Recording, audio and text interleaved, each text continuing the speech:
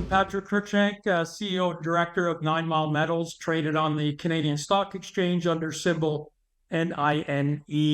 And we are focused primarily on critical mineral exploration and the Wedge mine deposit advancement in the world famous Bathurst Mining Camp, New Brunswick, Canada. Good to see you, Patrick. I see you're dressed for the occasion.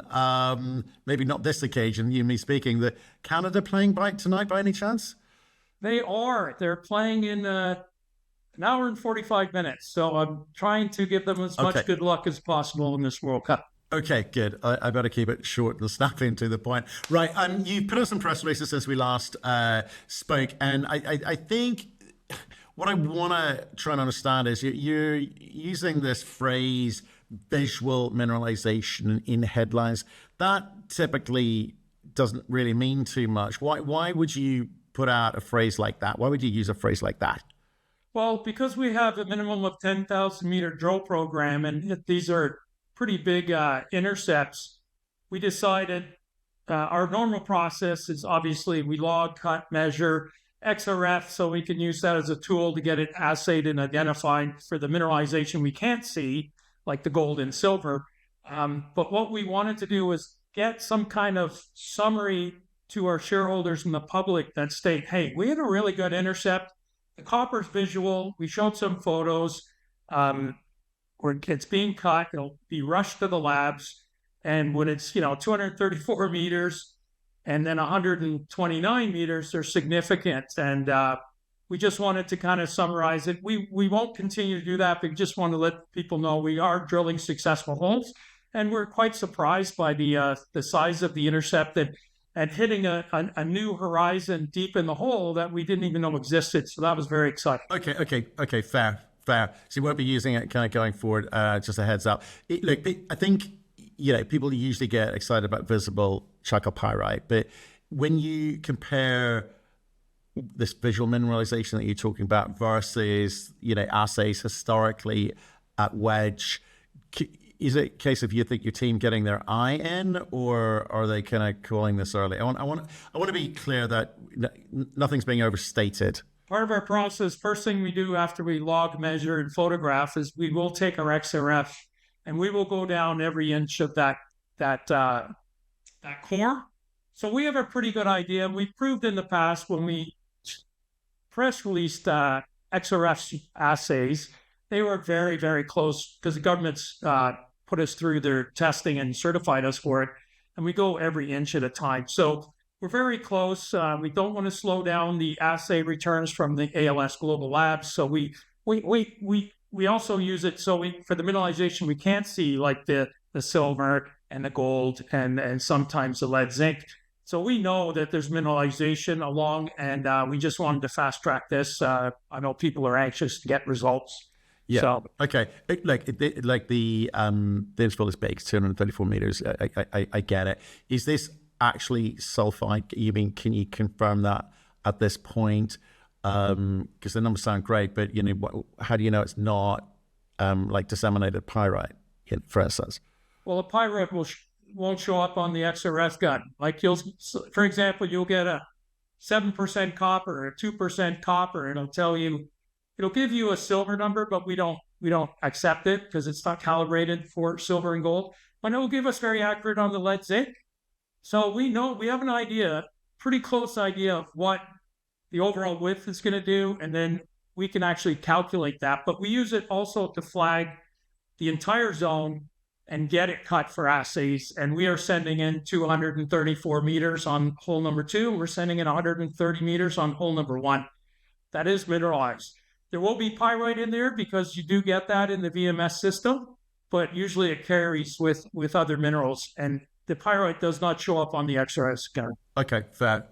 In terms of this kind of lower horizon, is this a new VMS lens, or is this kind of potential faulted repetition of the upper zone? How do you at what point will you know the answer to that? We know now. It's historically never been reported. We're drilling in the eastern extension, which is all new, was never mined, and our mandate is to prove out this mine that's only been mined the top third of it. In the center, the core mine, we're now drilling the flanks and expanding the footprint to show its economic viability. And we're hitting significant copper mineralization with gold. And we've had 3 programs, fall of 2024, fall of 2025, and now 2026. And this is our most aggressive drill program, 10,000 meters, including the wedge, the new West Wedge, and the TriBag targets. But yeah, this is all new. We don't hit tunnels. We're not hitting voids. We're not hitting anything. The east was never mined. So this is all new, and there's no recorded lens at depth where we're drilling. So it's only, if the lens is like this, we're drilling the northeast section. The middle of the mine was mined, only the top third, and then we are now moved on, and we're drilling the western extension, where it's deeper, but that's where the meat of the deposit is. So this part was never mined, and we're hitting, like I said, 130, 234 meters of mineralization. But yeah, there was not supposed to be a lens at depth. So that's very, very positive for us. So you're standing up, but like from what we've seen in the past, like many of the kind of large VMS camps contained kind of multiple stacked deposits. I mean, would you sort of come back and go deeper, as it were, see if there are any additional stacked lenses here or not? Yes, well, we've identified 3 lenses now, right? The one we just talked about at depth on new drilling, the main lens, and then last fall when we were at the bottom of our hill and we were drilling kind of west and deeper, we hit a new high-grade lens that carried 5, 6, 7, 8% copper certified. And that's where we're going now, because there is a fault, and we lost. If you look at hole 2B, we got into 5 and 6% copper VMS, and then we lost the water, we lost the hole because of the fault. So now we're on the northwest side, drilling from the other side back to that area. And they're going to be about 400-meter holes. So they're deeper, but we're also going to go steeper and drill at depth, because they claim there's 300 meters. That was it. But we're finding new lenses and at depth. So we're going to prove it out and 3D model this and share that at the end of this program. Apex Geosciences also came on site at the beginning of the program. They're doing a 43-101 update, hopefully with an indicated and inferred resource at the end of this drill program, including all the historical, including all our 3 drill programs. So, but that'll take several months. That should be done by the fall. Okay, so you started to kind of build up confidence in terms of the orientation, etc. But what about sort of identifying kind of feeder systems beneath these lenses? Is that sort of on the agenda? Yeah, and some of the upper area of these drill holes, like when you say visual mineralization, we're going through stringers. So you're going through bleeded out sections and so on, and then you get into the lens part, and then there'll be more stringers and then a lens. And the source and everything should be deep. But a lot of the historical said the whole line was 250 meters. We're hitting at 290 meters in a much higher altitude part of the lens. We haven't even got to the middle or the bottom. So we already know it's like the government was saying, they only mined a third of it when the head pillar collapsed. The bulk of the deposit is still down there, and the higher grade is down there for the copper. Okay. So the historic model was like, 550,000 tons, wasn't it? That's right. In terms of the work that you're doing, what are you kind of prioritizing us in terms of the kind of gaps in the data that is going to allow you to maybe understand the scale of this even more than you do today? Yeah, well, what we've learned and what we've been told by the government, and also because back then Cominco and Teck, they never had to report once you're in production. The mining laws were very different. So they didn't report a lot except for their production. And they mined, correct me if I'm wrong, but it was around 2 million tons. They believe there's about 500,000 tons left. We believe, with our geophysics and our 3D modeling, that it's a lot more than that. Plus, we're going out the east and western flanks. That is all brand new and it's new tonnage. So, back then, they followed the veins, they followed the lenses, but then the pillar collapsed. And with the price of commodities in the late 50s, wasn't as economic. But with copper, we hit a hole last fall that was, I think it was hole 4 or 5, was 22 meters of 1.6 grams gold.